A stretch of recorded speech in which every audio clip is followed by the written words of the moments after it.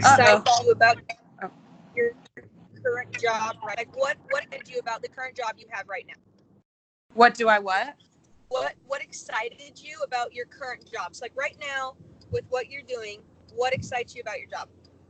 It's okay. And um, I don't think it has to, I mean, you could be totally open. Only you and my, yeah, whatever you'd like to say. yeah, I mean, I think that the best part about my job is to help kind of mold these young student athletes on the medical side, helping them take care of themselves, um, watching them go from injured to back onto the field, um, and just being a part of that process. I'd say my favorite part of the process is more the medical side. I think that's what I'm most interested in right now. I think because I feel like I can still grow on that side. I think in terms of I love doing rehab, but I haven't really been able to change my model all that much. Yeah, And so, but I feel like from the medical side, I can always be continuing to learn more. absolutely. And then what are the positives about being a preceptor? Um, I think the positives also kind of line up with the fact of being able to mold young professionals, and helping them to grow into becoming an athletic trainer, and being a part of that process. I think I love to teach, and kind of give my knowledge back to another student. Do you see a difference when you're actually a mentor for somebody that's already in the program versus when you're clinically instructing the well, I guess, do you do the 265 class? Is it the Yeah, pre-athletic training? yeah, yeah. It's all pre-athletic Class? training Okay. students. So do you see kind of a difference in, so do you see like a difference in maybe the enthusiasm or not Yeah, so I much? think Yeah. I think the students in my class are so much more excited than the Really? students in the program. Well, because Wow. I have the opportunity to be like their first instructor in athletic training. So, like for students who have always wanted to become an athletic trainer, now they're a sophomore and they're finally taking this class that's athletic training oriented instead of all the bios and the chems and stats. And now Yeah. they're learning how to tape an ankle for the first time. And like my students in the athletic training room aren't really excited to learn to tape an ankle anymore, uh, Yeah. unless there's a bone sticking out of the body. The excitement is not really there all that much.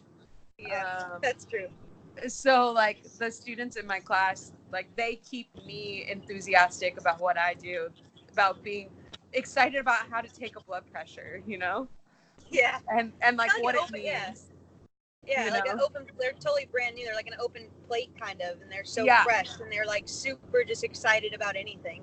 And right. And not maybe, you get to have an influence on that. So like I think that's really cool.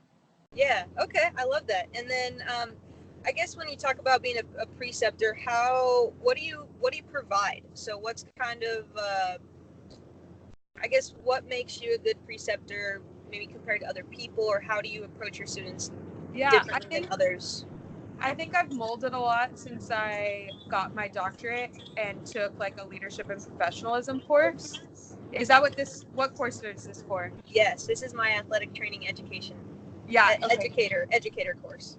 Okay, cool. Yeah, so I took one of those and then I also did a leadership and professionalism course. And it really gave you more so a model of how to teach students. Mm-hmm. And I really adjusted, I think, how I approach students. And now I do my students' goals way earlier, but I don't do them until I've worked with them for like a week. So we Okay. can kind of feel each other out more rather than saying, like, I want to be proficient in an ankle evaluation, like, no, like, let's figure out how we communicate. And, like we ask our students to adjust to the preceptor's teaching, but I think it's just as important that the preceptor adjusts to the student's feedback, Yeah. and how they best receive feedback, um, what their learning style is. Some people are visual, some people are tactile. some students I hand a small little memo book that they carry around with them to write things down in, because they, Cool. are forgetful. And that's something that like I learned from a discussion board in my doctorate. That once one of the other athletic trainers said that they bought memo books for their students and gave them to them. I think that that's been really helpful. And then kind of my overall process with teaching students is the learn one, do one, teach one. So have you heard of that before? So No. making them, they first have to learn it. So they learn it from you or they learn it from another preceptor. And then they have to do one on an athlete. And then they have to teach that to another student. So I think that's a really good process of making Oh, I like that. Okay. the student really absorb the information rather than them just learning and then doing repetitively, but actually having to now teach someone else that technique. Yeah. So learn one, do one, teach one. Okay. Yeah, I love it. I was gonna ask you something too, but now,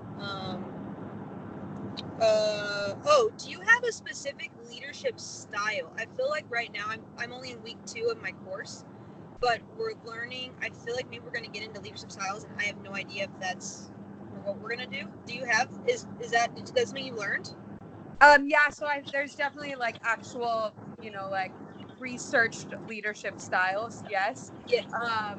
But I think a good leader kind of absorbs all of that and then determines what fits best within them. Okay. I think that good leaders are also followers. I don't think you can be a leader all the time. Like I just told my student the other day, we were making Gatorade in the back, and he was putting in the water first instead of the ice first, and I was like, all right, I think it's easier to put the ice first, then the Gatorade powder, and then stir it. I was like, but look, like I micromanage so much about what you do. You make the Gatorade how you want. I'm just gonna show you a technique of how I will do it. But Yeah. you're gonna be making the Gatorade every day, so. And then ultimately we're here for the safety of our student athletes, their patients. So I think if we don't manage things how we want them done, whether that's rehab, whether that's set up for hydration, then like we're ultimately liable for that. So I think in terms of that leadership, it's kind of a fine line between giving independence and being, forcing that dependency. So I think kind of figuring out where that line is of like where it's okay to do a new glute exercise that I've never done before, but it might be a great exercise. However, when I'm dealing with someone bleeding on the field, like I'm going to do it how I want to. And then Yeah. they can choose to take that or leave it when they become a trainer. Yeah, absolutely. I mean, you're kind of showing them a certain way, and then they're kind of going to be implementing a certain way once they graduate. But right. I mean, I think, yeah, I completely agree. Yeah, but just ultimately looking at the patient's safety. So, like, when is it okay for them to be, Yeah, no, absolutely. And I think too, I feel like as a good preceptor too, if it's not as long as the patient is safe and they're not in any harm, that student can learn from that mistake in a way that then again they understand. Absolutely. Be like, oh, and you're like, well, that exercise, like, yeah, you were doing a quad dominant exercise, but maybe we should be strengthening the hamstrings. You weren't hurting them, but what was your thought process? And then you kind of like realize like, oh yeah, that wasn't the right idea, but Yeah. I know that really especially worked for me as a student. Like if I was able to understand why I was doing it, and like either you or Robbie, those are the two that I really had, would question me like, well, why did you do that? Not like, hey, you did it wrong. They wanted to understand like where was my thought process. Yeah, exactly. Yeah, and I think that's one of the other things that I've gotten better at since I was a preceptor or since I was in the doctoral program. Sorry that you had me before that. But it's okay. We're all evolving. But going back to our last discussion about evidence-based practice and always having a why, and a why for everything, I think that really helps teach the student, like, why am I using ice massage instead of an ice bath? Yeah. Why did I make that decision? And sometimes it's, well, I found previously that it works better. And that's evidence-based practice too, utilizing your previous experience. So, but having that why, I think, really helps my students conceptualize my decisions, whether they agree with them or not. I now have a why for everything. Why I'm doing scapular exercises as my first shoulder exercise, or why I'm doing thoracic mobility when it's low back pain. Yeah. No, absolutely. So I think that helps my students grow and make their own clinical decisions. Okay, I love it. And then I guess the last one is, what excites you about the athletic training profession? I know we talked about this a little bit before, I think, when you were in the DAT. Now that you've completed your program, what are you excited about? I think I'm most excited to be able to give back to the students more. I think that the profession is ever evolving, and like we kind of talked about a little bit before, is I think that I've gained a good clinical knowledge now that I'm able to give back to the profession, and I think that the best way to do that is through the students.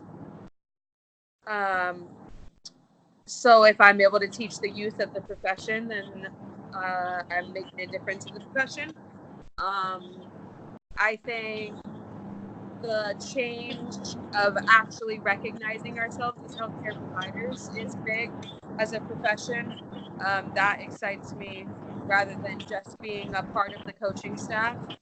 And, Tom Abdenauer was always very big on that. And he kind of, as my mentor, really instilled that in me. But now it's becoming more prominent that trainers are representing themselves as healthcare providers. Yeah, absolutely. We are healthcare providers that just happen to work with elite athletes. A specialized population. It doesn't even have to be athletes. Yeah, you're right. Just, yeah, you're absolutely. Thank you. Yes. That was probably a trigger word for my professor, so she's probably gonna.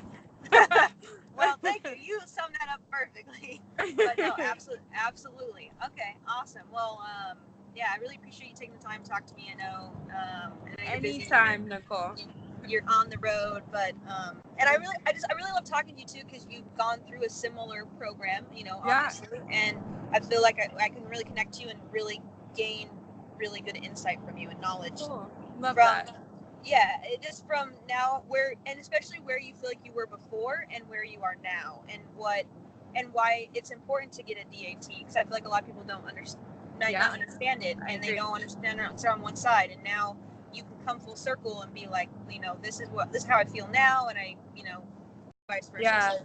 Yeah, it's made me such a better mentor, clinician, healthcare provider, and just overall, like, more consistent with what I do, and yeah, it was such a good idea for me. So I'm so proud of you. Thank you. All right. Well, you guys stay cool tomorrow in the heat. Yeah. Thank you. We'll try. All right, and then hopefully we'll get to there soon, and I'll let you know if I have any awesome more videos. Sounds good. Okay. Have a good night. Thank you. Bye. Bye.